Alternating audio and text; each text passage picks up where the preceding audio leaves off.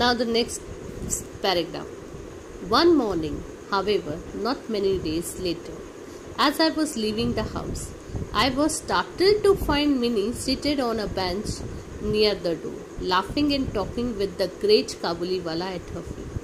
And one morning, not many days had passed, I was leaving the house. The author was leaving the house and I was startled. Startled means shocked, surprised to see. Underline the word startled. Shocked to see that Minnie seated on a bench near the door, laughing and talking with a great Kabuliwala at her feet.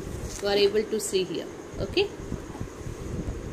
In all her life, it appeared my small daughter had never found so patient a listener. Already we had seen that Minnie cannot, she doesn't have a patience that her father should give her answer. She cannot be a silent or a patient listener. But first time the author had seen that Minnie was very silent. So she was silent, patient listener, save her father, and already the corner of her little sari was stuffed with almonds and raisins, and already Kabuliwala had given her some almonds and raisins. The gift of her visitor. It was the gift from Kabuliwala. Why did you give her those? I said, and taking out an 8 anna bit, I handed it to him. Now the author said that why you had given this raisin and almonds. Already it's very costly, so he gave him 8 anna. I handed it to him. The man accepted the money without demur and slipped it into his pocket. Now without saying a word, he kept that money and slipped into his pocket. Demur, underline. Alas, on my return an hour later, I found the unfortunate coin had made twice its own worth of trouble.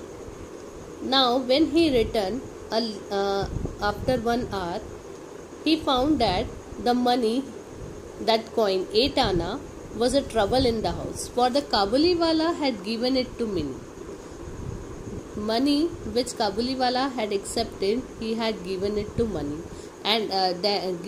Minnie, and her mother, catching sight of the bright round object, had pounced on the child with, "Where did you get that 8 anna bit?" Now just her mother had seen, so she pounced, means she chased, or she jumped on that money, and she said that from where did you get this?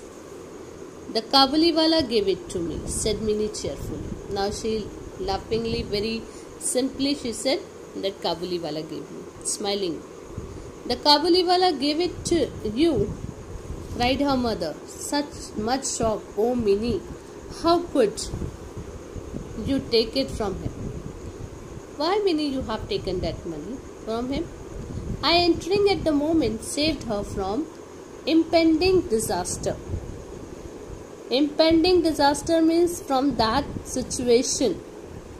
I came and relieved my daughter, saved my daughter, and proceeded to make my own inquiries so that her mother should stop. It was not the first or second time I found that the two had met. It was not the first or second time. Many a time Minnie and Kabuliwala met. The Kabuliwala had overcome the child's fear, child's first terror, by judicious bribery of nuts and almonds, and the two were now great friends. Underline the word bribery. Means by giving nuts and almonds and by talking continuously like a friend, now Minnie and Kabuliwala became friends. They had many quaint jokes which offered them much amusement. Now they had many jokes, and that jokes, while saying having that joke, they feel very happy. Seated in front of